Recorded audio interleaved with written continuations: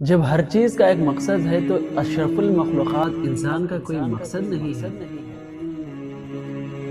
हर मौके पर इस्लाम आपका ख्याल रखता है, तो क्या इस्लाम पर अमल करना मुश्किल है? मुसलमान सिर्फ नाम से नहीं मिलते, बल्कि कुरान और हदीस पर अमल करने से मुसलमान बनते हैं।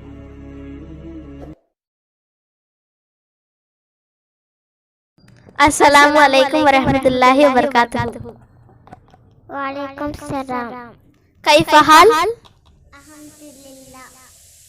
पहला सवाल, मुसलमानों की किताब कौन सी है? जवाब कुरान। दूसरा सवाल, कुरान किसको कहते हैं?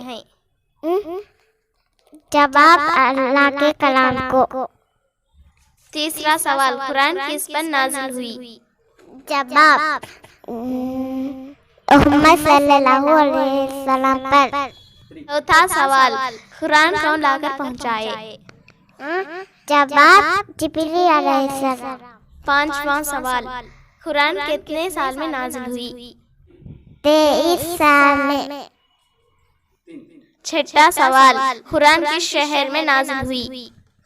जवाब मक्का मदीना में। सातवां सवाल, कुरान को किसने लिखा? आप सहाबा ने। आठवां सवाल, कुरान किस जबान में नाजिल हुई? जवाब अरबी जुबान में।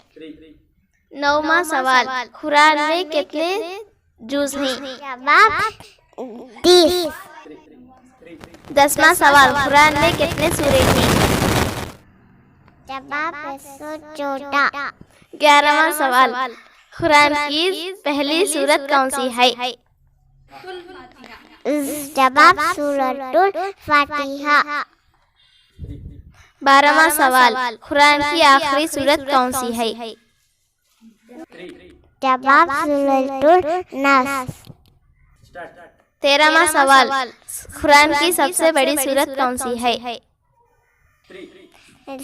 जवाब सूरतुल बकरा। 14वां सवाल, कुरान की सबसे छोटी सूरत कौन सी है? जवाब सूरतुल कौसर। 15वां सवाल, कुरान की सबसे अफजल आयत कौन सी है? जवाब आयतुल कुर्सी। कुरान का तर्जुमा कितने जुबानों में है? जवाब सारे जुबान में। 17वां सवाल, कुरान पढ़ने वालों को क्या कहते हैं? जवाब खाली। 18वां सवाल, कुरान याद करने वालों को क्या कहते हैं? जवाब हाफिज। 19वां सवाल, कुरान पढ़ने से क्या मिलता है? जवाब सवाब। 20वां सवाल, कुरान कब पढ़ना चाहिए? जवाब हर रोज।